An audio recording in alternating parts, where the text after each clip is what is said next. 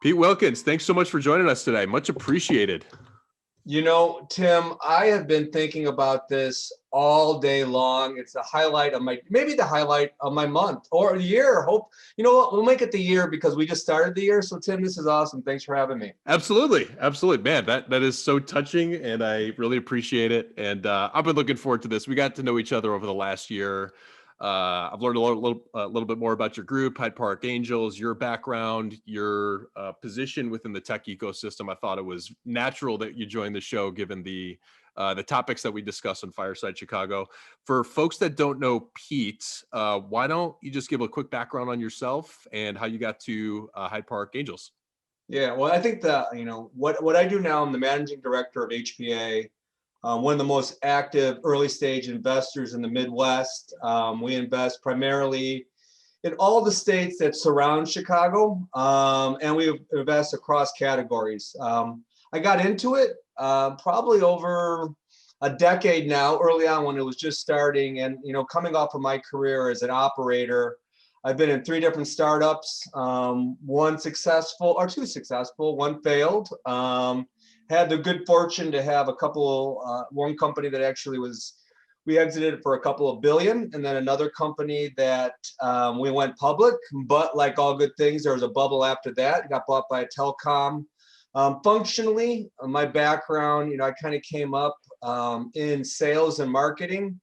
So I have a lot of depth in that area. Ended up running a company for a private equity firm called KKR, turned that business around, and was excited to have that experience. And so I kind of straddled, that's the word I'm looking for. I'll harness power and purpose and all that later. But I really kind of straddled operator, also getting experience with private equity and being an active investor as an angel before I stepped into the group, and then then stepping into the role of leading the group.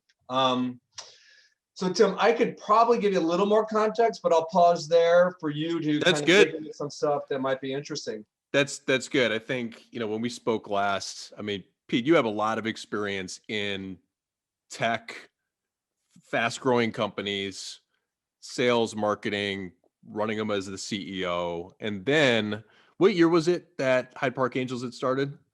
Oh, that's a great, I'm horrible, but I do Ish. have, no, I'm giving it to you right now. I got it. It was in 2010. Okay, 2010. And the reason I bring that up Oh, is no, like I'm bad. My bad. Actually, that was when we started putting 2007. That's right. I thought it was 13 years. So yeah. 2007. So like, the ecosystem, the tech community has changed very dramatically, I would say, over the past 13 years. What was angel investing like? What was the tech community like here in Chicago or otherwise, like right when you started? What was that like? Wow, that is loaded question. But I would say it was, I had the experience to be in the Valley, like when everything was crazy in the dot-com era, as they call it now. So if you looked at what was going on in Chicago then, it was kind of pocket innovation. And you had, some players in market that certainly were driving innovation. And for all, the old timers out there, there was Divine Interventures or whatever the heck Flip Bukowski called his firm. And you had, some of the evangelists that came out of apartments.com and cars.com. And there was a pretty good bubbling across America. I think we represented probably equally to many other cities outside of the Valley. But, having experience in both San Diego and in Silicon Valley specifically, just outside of the Bay, a couple of companies I was a part of, it was so different in where the capital was coming in, the amount of activity, the perception of what venture was. It was almost a little bit frowned upon. And the evolution from then, which was concentrated, probably the easiest way to look at it, to where now I think it's flourishing. And I kind of have a point of view on how ecosystems flourish and why they flourish. And I think Chicago tells that story really well. So I don't know, that's probably a little bit of a ramble, but gives you some context, concentrated to where I think now we definitely have kind of an ecosystem that is operating on multiple fronts. So you fast forward 13 years, a lot's kind of changed in Chicago and on the coasts and the different technologies that are out there. I've been to a few meetings. I've been super impressed. But what is HPA today? Members, investments that you do, maybe talk about current state of the group. Yeah, I'm happy to do that. So I think that, first, we are regularly rated as one of the most active early stage investors in Chicago by PitchBook and other sources. And our overall portfolio is just over 55 companies. We have a unique model, and I think that that's where we're built around a people-first approach. Philosophically, I believe, human capital maximizes financial capital. So how do you take people that have had experience in their professional career, either starting, scaling, and eventually selling their companies or being at the helm of a growing company? If you kind of really get in and look at that experience, it does two things. It helps us, number one, determine if we have insights into where we're investing, and then post-investment, we can really align our industry expert to help that company grow. So I say we got to make sure that we understand the value we can create when we source, and then we have to build the system to support that company as it grows. And so out of our 55 portfolio companies, about 40 of our investor members serve as what we call our deal lead. So think of it like a venture partner. And about 60% of those folks will sit in the boardroom as a board member or a board observer. And the reason I kind of double click on that comment is we're not always the biggest check in the round, but often we probably bring the most expertise because we can fundamentally pull from a host of different folks that most firms our size might have 5 or 6 that are full-time staff. If you look at, we have 5 full-time staff, about 40 folks that are representing 55 portfolio companies as deal leads. And then we have the depth and breadth of about 150 member partners that can operate in a very unified fashion behind that deal lead to the company. So we make it simple for the entrepreneur. We bring the depth and breadth of a ton of expertise. We have criteria to make sure not only are we investing as a group, but we're being good stewards in the community. We're being good leaders outside of our investments, and fundamentally making sure everybody contributes in the group so that we're successful as investors and we're successful in systematizing a go-to-market approach with our overall support post-investment. And so I've been doing this as the managing director with this whole idea of people first, human capital maximizes financial capital. And I always felt, coming from an operating background, is I love venture investors and I've learned so much from these guys. But fundamentally, operators are the ones that are moving the levers. Ultimately, they have their hands on the wheel of where everything is going.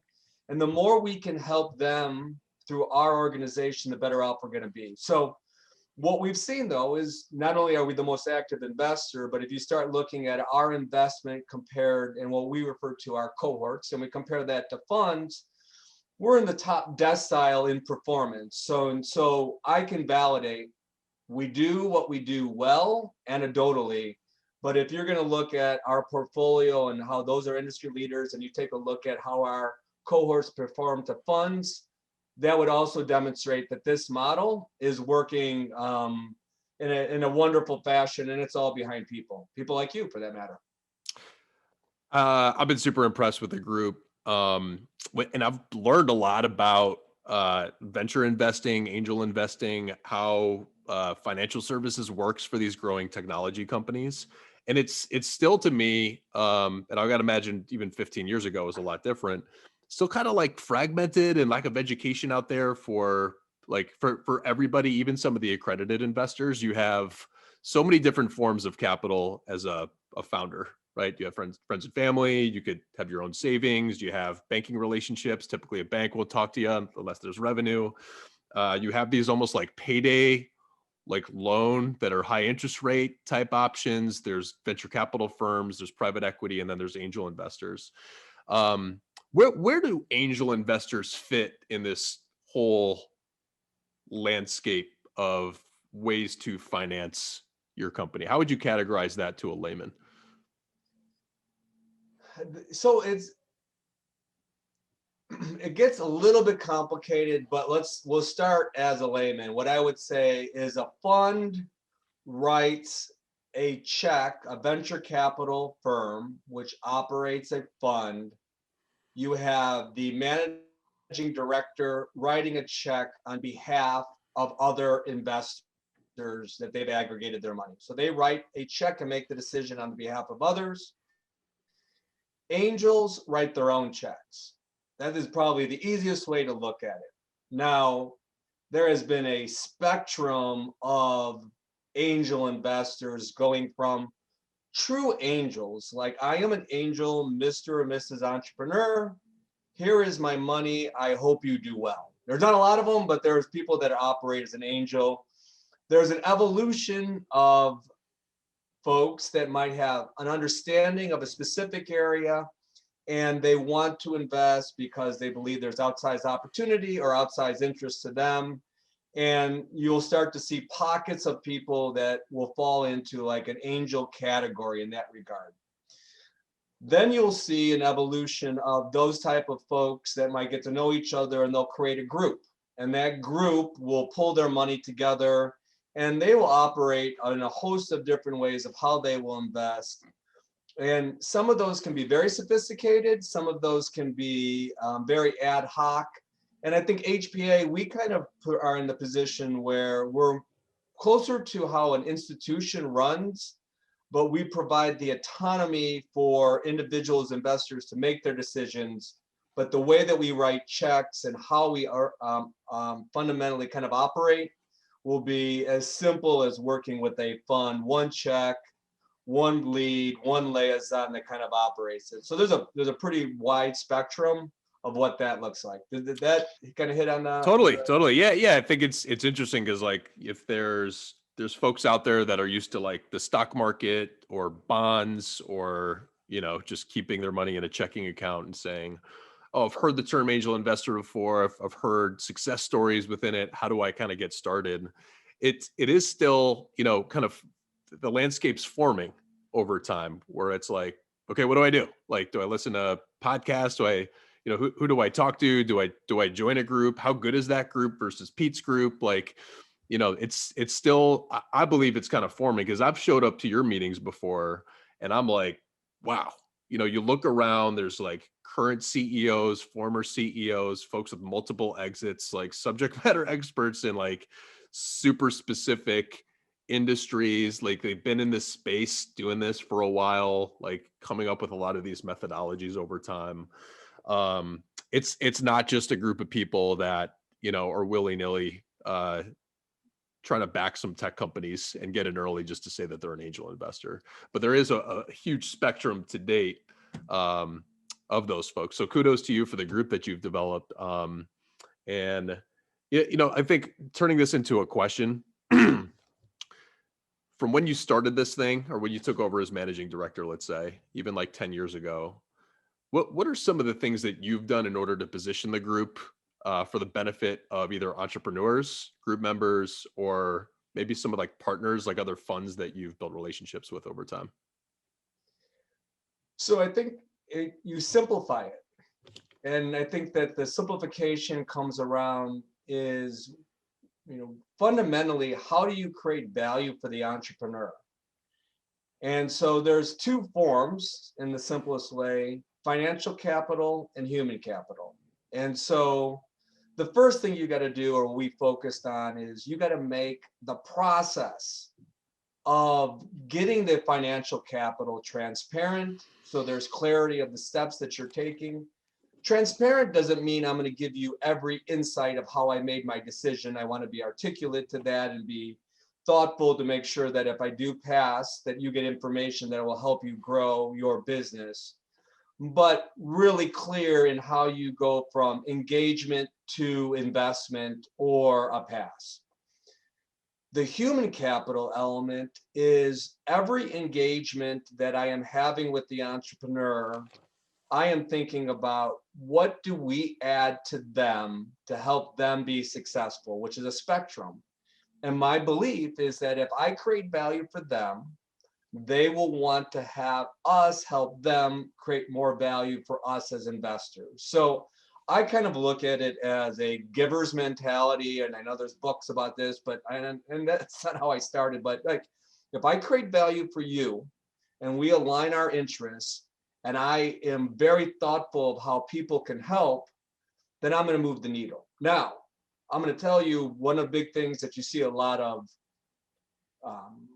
groups or incubators or accelerators or whatever mentoring element, people are not created equal in a sense that they are in the appropriate position to create value. And I want to make sure that I say this, all people are equal of our rights as a human. I believe in that firmly. But not everybody has the same level of knowledge that they can provide to an entrepreneur to create value. And that can be a range of domain expertise, diversity of thought, experience, connections, access, etc. And so what differentiates HPA is the fundamental element is creating value with human capital. So you have to have a system to manage human capital. And where you start, and I would encourage any organization operationally or from an investment perspective, is you have to set expectations. And one of the things that almost no one does in the angel community, and I would actually argue in many things, is there's an evaluation process within HPA where we scorecard performance based on leadership, participation, and investment activity. And there is expectations to be a contributor in a way that fundamentally shows that you're creating value. And even though we have CEOs and successful serial entrepreneurs, what you will find is that people that perform want to be around other people that perform, and setting expectations for excellence will allow people to create a culture of excellence. And what you also need to do is be thoughtful of those people that don't perform, that they don't have an opportunity to continue their engagement within the group or within your business. And so if you know where value is being created, and you create a framework of how you evaluate value creation, and you create a system that is fair, and you create discipline and rewarding success, as well as making the hard decision not to continue and basically terminating those that aren't contributing, you will create a culture that will be fundamentally oriented in creating value for the entrepreneur. And from that, you create a state of mind that will help people drive performance because it's built around value creation. And then at the end of the day, the entrepreneur is creating value for whoever they're creating their business for. So I think it is philosophically and systematically organized to really create a way to create outsized performance with your dollars by doing the right things with your mind and heart.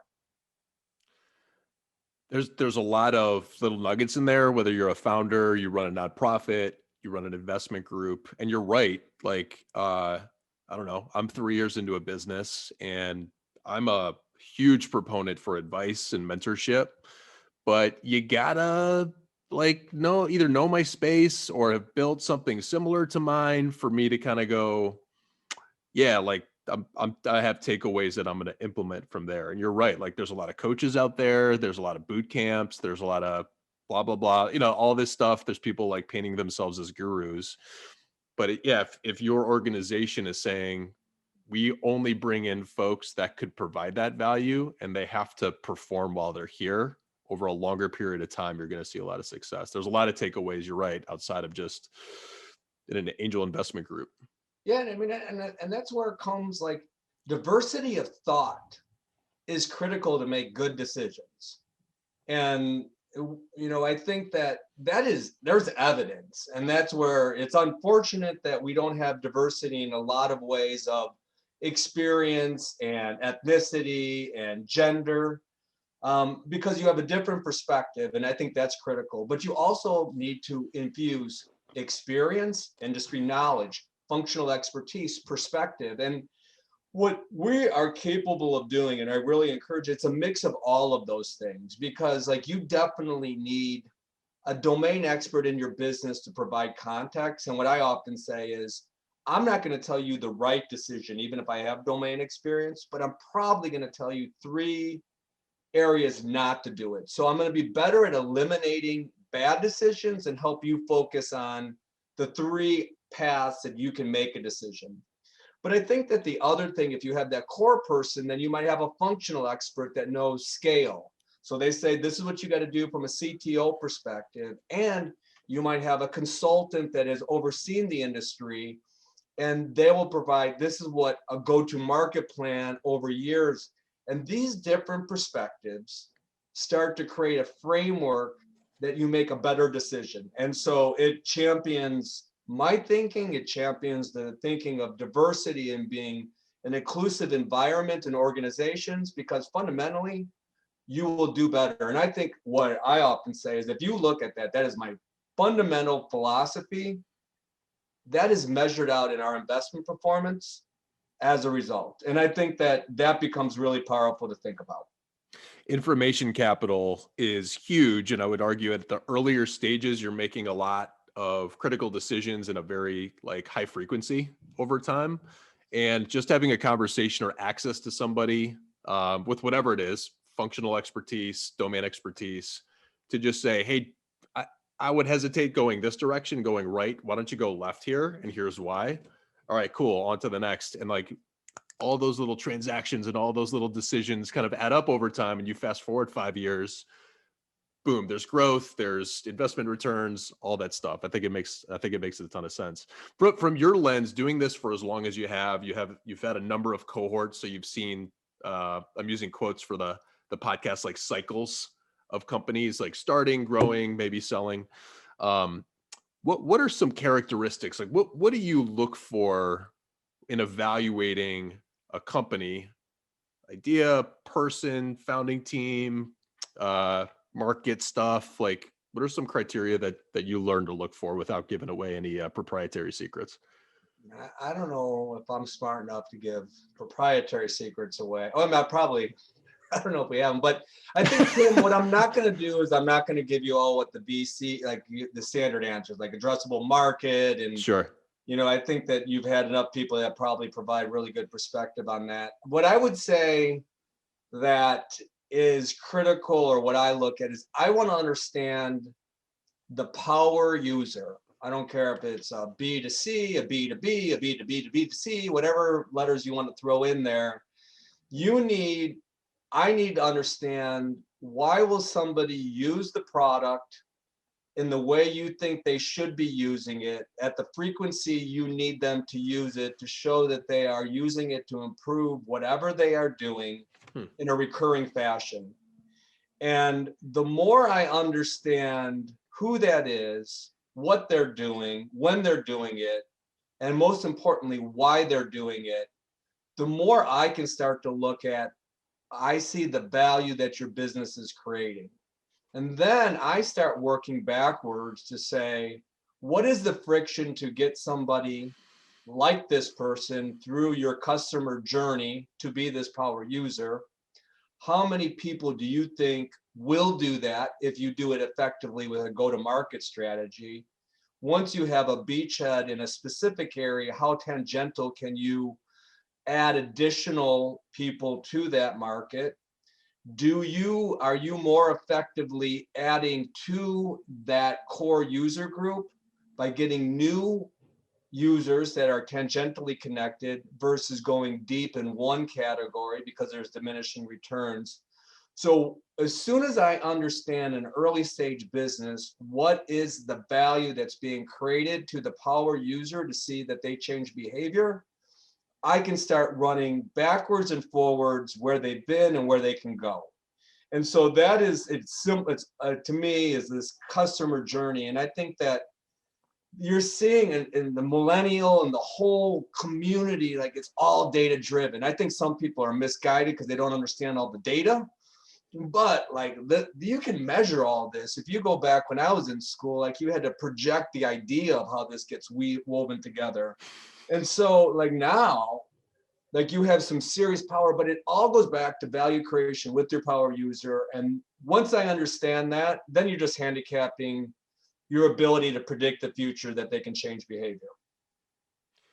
It's been once I've started like understanding the space more, maybe making some investments myself, like looking at things through a different lens. There's so much out there. There's so many products and services.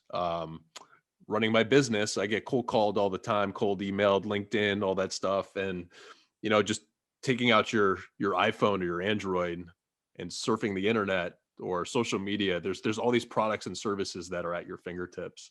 And when I really, really, really think about it, the buying decisions that I make are like super specific to me, my needs or wants at that given time. And it has to make like crystal clear sense for me to move forward with a purchasing decision. And then there's all this other noise that's kind of out there. So when you're starting a business, or if you're backing someone that's starting a business, that fit has to be like spot on. And you're right, you need to like fully understand it. And if you don't, you're going in a little bit blind.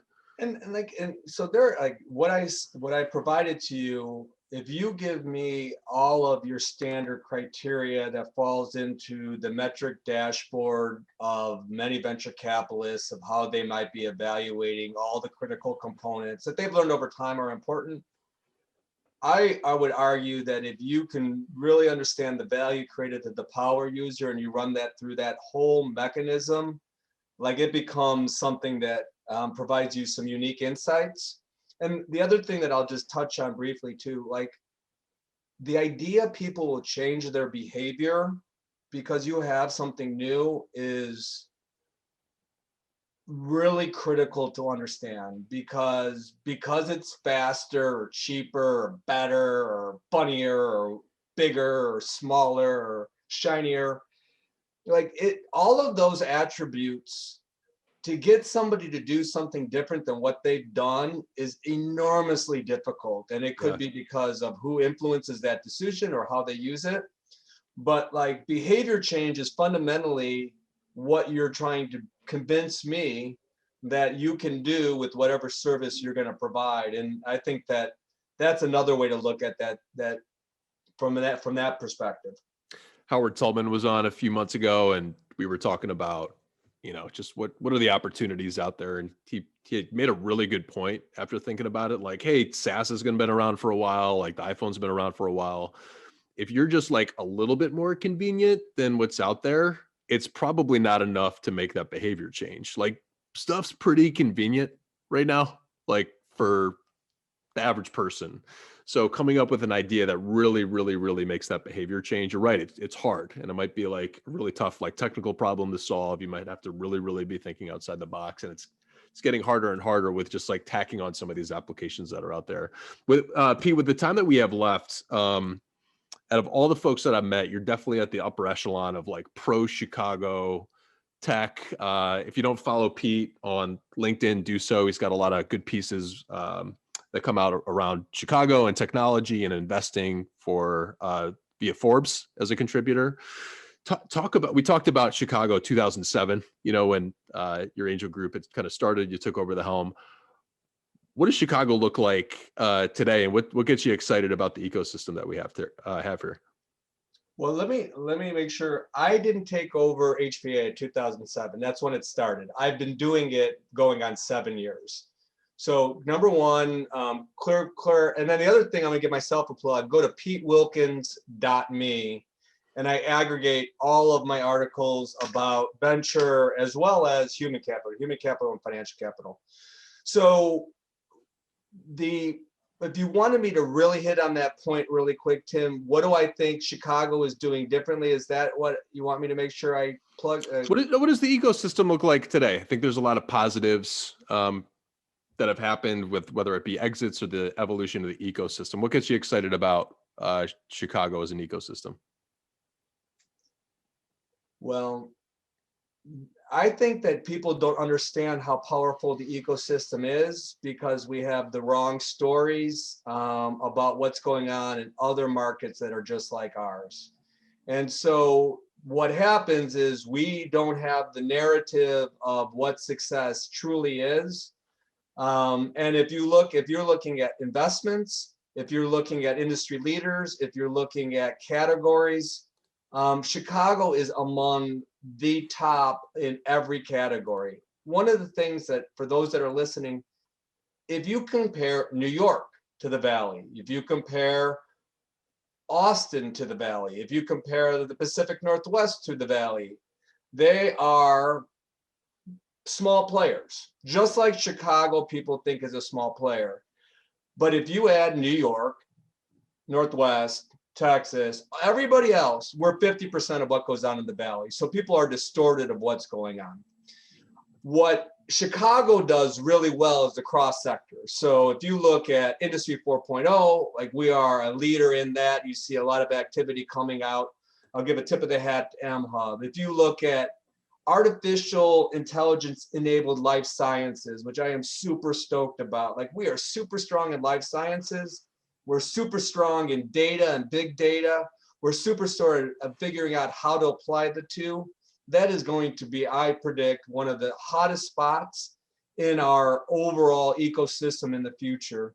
If you look at the future of quantum computing and our ability to fundamentally get the government, academic, private coalition around how do we actually transform what we can do and what can be done, we're a leader in that category. If you go to marketplaces, which started with Groupon and range from all of the leaders that we have a litany of those that are successful, super strong. If you look at our overall proliferation in CPG, and the innovation that's being driven out of there. So if it's Simple Mills or RX Bar or Factor or any of the type of innovation that touches on that, or if you look at logistics, if you look at Coyote, or if you look at Kites or P44 or a host of others, and you could even probably throw in ShopRunner, which got bought by FedEx. Like, we are strong in so many categories. And we're getting stronger even in consumer. So a little shout out to Cameo, and another shout out to Songfinch, which is being driven by Scott Katoon from Technori. I mean, like, we got all kinds of innovation. And so, like, we are really strong in many of those categories that I led with, but we are in the top 5 in almost everything. So I'm very bullish. If you look at the data, it's there. We just don't tell the right story enough. I love it. Well said. And then shout out to Songfinch. I got a Songfinch 3 years ago.